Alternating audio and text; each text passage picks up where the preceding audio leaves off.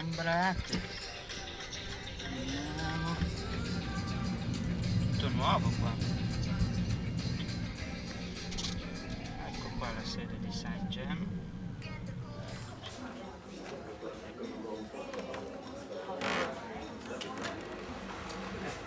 So I'll tell you why I wrote a book, why I wrote this book.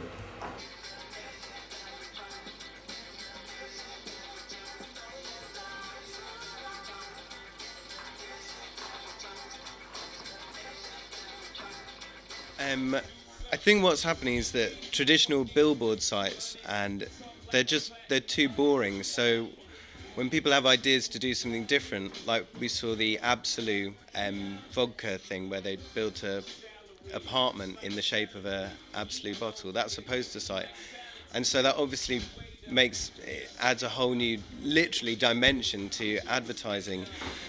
And now you don't need to stick within a format of posters. In London just last week, on the corner of a building, there's to promote somebody's album, there's a poster which goes over windows and stuff, and it's just the shape of the person's head. So it's a completely new type of advertising. It changes the look of streets, and of course it does. Whether it's, if anything, it's going to become more intrusive. Poster sites are, they're static, they don't do anything. But anything that's different or unusual is obviously more engaging, and it changes the landscape, the urban landscape.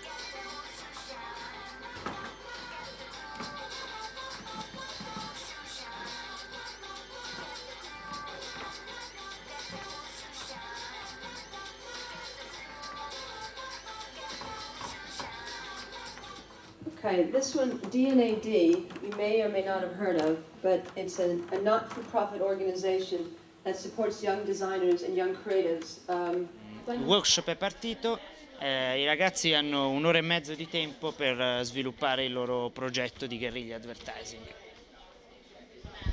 I think the relationship between urban culture and guerrilla marketing is very heavily founded in both roots, to be honest. That guerrilla marketing is born on the streets in terms of graffiti and the way that messages are delivered in a very subcultural environment.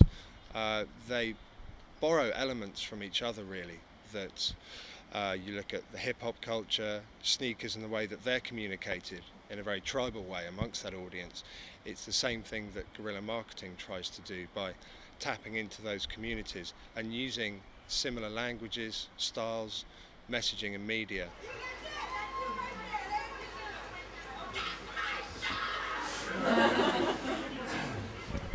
I don't know that it still keeps a political meaning, but it certainly can tap into a political meaning in a way that average brands can't. A brand like a detergent, you can't go very, very guerrilla and very deep down, because at the end of the day, the people buying your product are often housewives or women. So you're not going to talk to them in a guerrilla fashion. But if you're an amnesty or a political organization, you can allow yourself to be very dramatic and be explosive and to make sure that you really grasp the attention of people, because what you're trying to do, it's like shock culture.